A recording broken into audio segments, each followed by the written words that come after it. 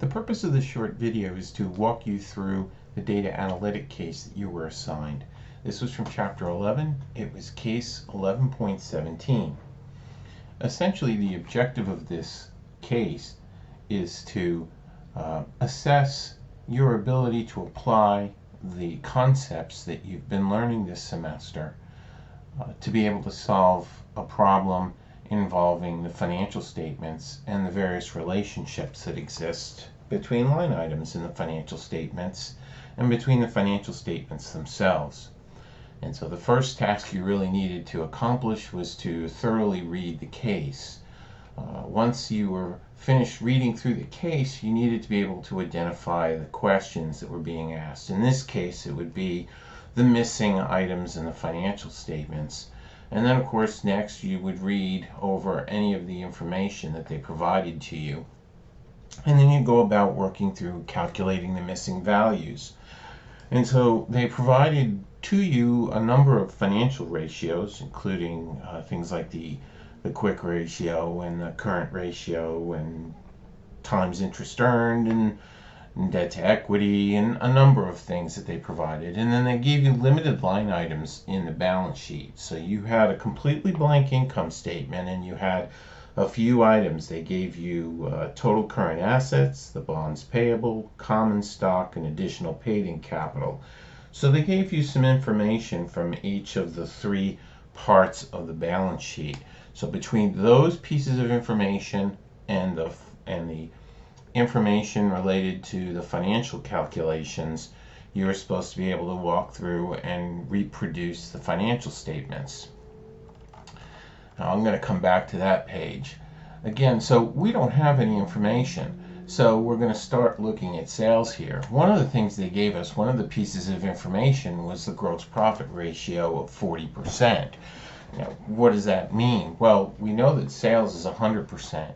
And if gross profit ratio is 40%, then cost of goods sold has to be 60%. And why do we know that? Because sales 100% minus cost of goods sold at 60% equals the gross profit of 40%. So that's the first piece in terms of solving for sales. Now we're not going to be able to solve for sales directly. And so we're going to have to work through this by thinking about it in terms of we've got some information here that we're going to have to think through in several steps. And in one way, what we're going to try to do is we're going to try to solve for sales by calculating cost of goods sold, because what they've given us is they've given us the current assets number, but we don't have current liabilities, but we do have the current ratio. So therefore, we can solve current liabilities. And so all you do for that is set up the equation. Current assets divided by current liabilities equals 1.9. And so in my case, with the numbers I have, your numbers will be different. You have 191,900 divided by x equals 1.9. And all you have to do there is solve for x. It becomes a simple algebraic expression.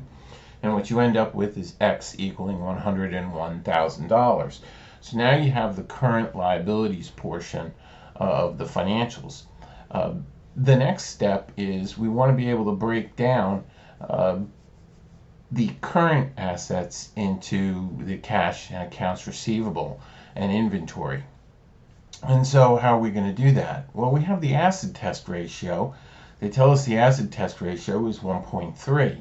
We know that the acid test ratio is going to be cash plus accounts receivable divided by current liabilities. Well, we solved for current liabilities, so we know it's $101,000. So it's cash plus accounts receivable divided by 101,000 equals 1.3. Well, right now we can't solve for the two variables, so we're just going to combine the two, cash and accounts receivable, into one. So we have x over 101,000 equals 1.3. When you solve for x, you get 131,300. So we know that the total of cash and accounts receivable equals $131,300. We also know that total current assets are $191,900. So what does that get us? It gets us inventory. We take the $191,900 minus the $131,300. We're left with $60,600. That is the balance in inventory. Now, one of the pieces of information they gave us was the starting balance, the beginning balance of inventory. They told us that was $22,560. They also gave us the inventory turnover of 4.5.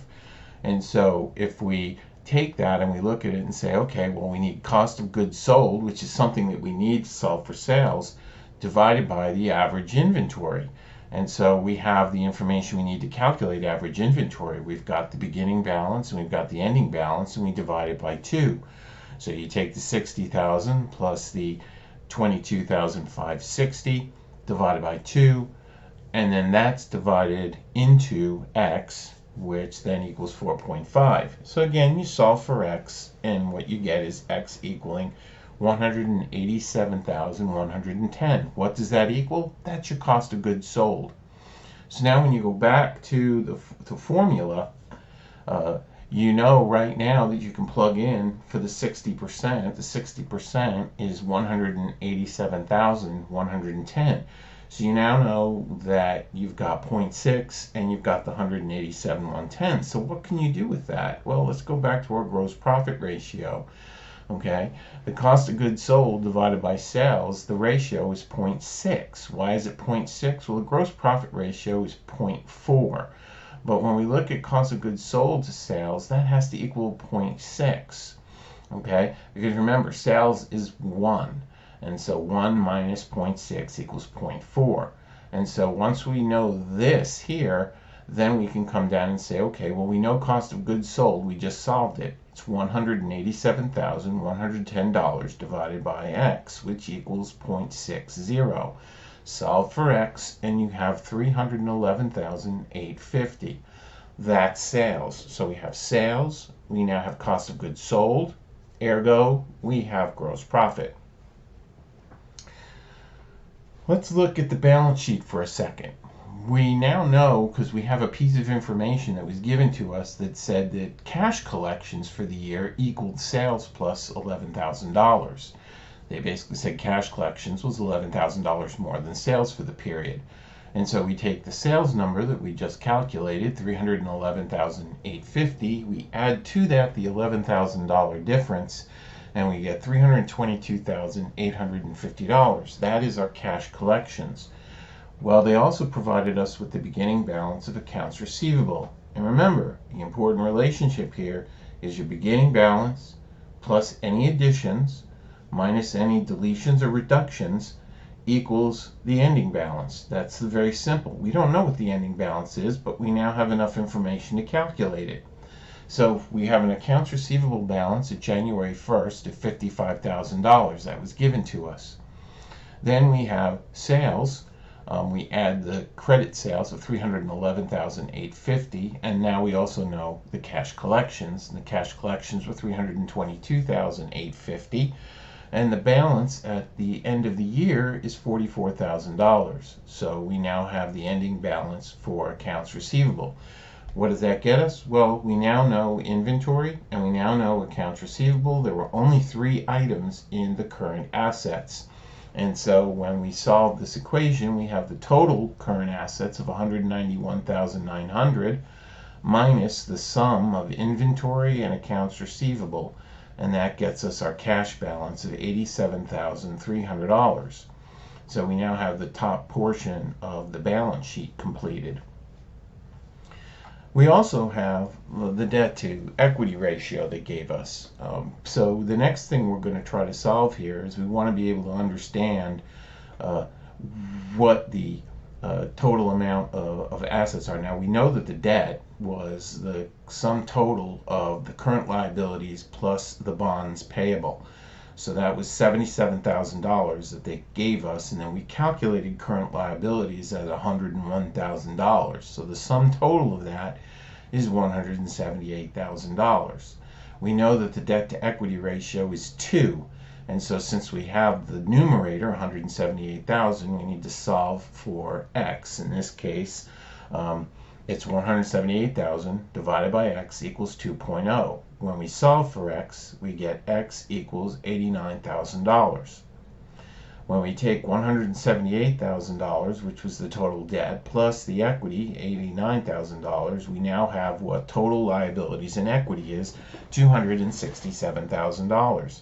Well, balance sheet's supposed to balance, and so therefore assets have to equal liabilities plus equity. So if liabilities plus equity equals $267,000, we now know that total assets has to be $267,000. So we have another piece solved. Now the next part is we need to solve retained earnings. Our retained earnings is going to be essentially we've got $89,000 in total equity. They told us that we had $15,000 in $4 par common stock and an additional $22,500 in additional paid-in capital. So when we add those together and subtract them from the $89,000, the balance, $51,500, is what's in retained earnings. We know that's all that's there because that's all they gave us in terms of the information that was presented in the template that we're filling out. Next, we need to solve for property, plant, and equipment. We know the total assets has to be $267,000. We know that the current assets equal $191,900. Take the difference between those two and you've got $75,100, and that becomes your plant, property, and equipment, so you can now fill in that part of the balance sheet. Interest expense. We have $77,000 of 15% notes payable, or bonds payable, that they have in there. So they told us, they gave us a piece of information that basically allowed us to break this debt into two pieces. One piece that's been held for the whole year and one piece that hasn't. And so the one that's been held, the portion that's been held for the whole year is going to have a full year's worth of interest, 0.15 or 15%. And so that's the $67,000 times 0.15, which equals $10,050. The remaining $10,000 is the debt that they've only had for part of the year, and that becomes times 0.10, which is the portion of the year that it represents. It's 2/3, so that's $1,000. You add those together, and the total interest expense is $11,050. So that's another piece that's going to go into the income statement. Now the other thing that we have is we have the times interest earned ratio, which they told us is 5.3. Well, if we multiply the times interest earned ratio times the interest, 5.3 times 11,050, that gives us basically our income before interest expense, 58,565. So this gives us operating income. So then what ends up coming next, we can back into our operating expenses. So we take our gross profit number, 124,740, minus the 58,565, which is our operating income. It equals $66,175. That is our operating expenses. Then we have our income after interest. So we have the 58,565 minus the 11,100 equals 47,515. That is our income before income taxes. Our income tax rate provided to us in my particular version of the problem was 20%. And so I take the 47,515 times 0.2, which gives me an a tax expense of $9,503. Once I subtract that amount from the income after interest and before taxes, I get net income of $38,014.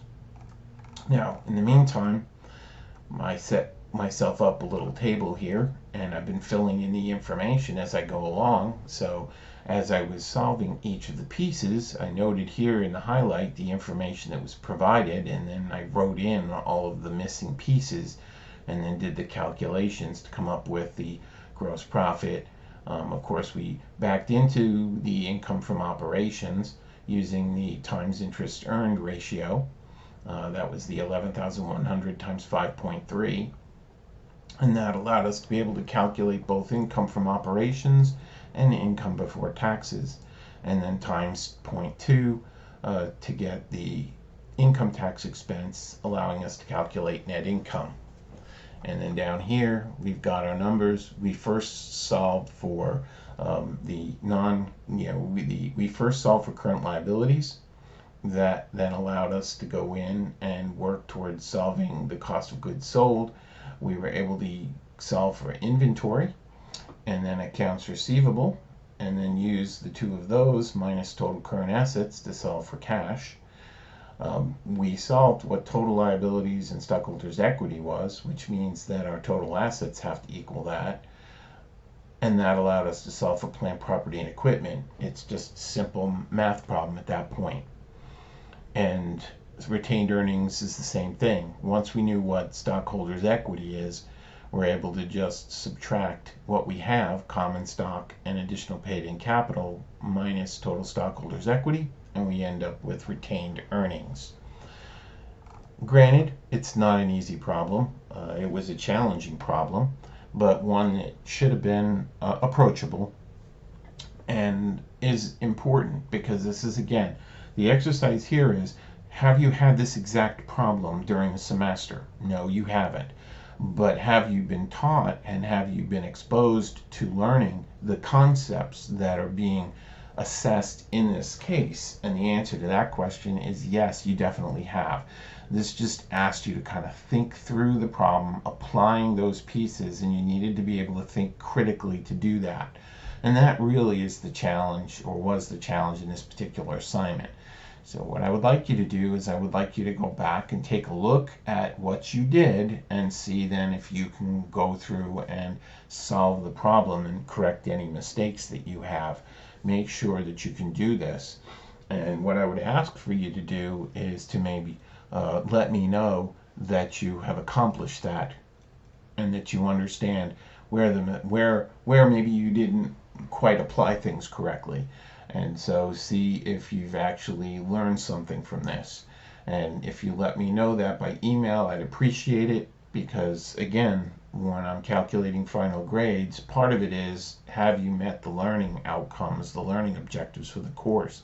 And so it would help me a lot if you would go ahead and contact me through email and say, hey, I took up the challenge, I went back, I looked at my problem, and I figured out where I went wrong, and I solved it. I got the right answer. Okay? Thanks very much.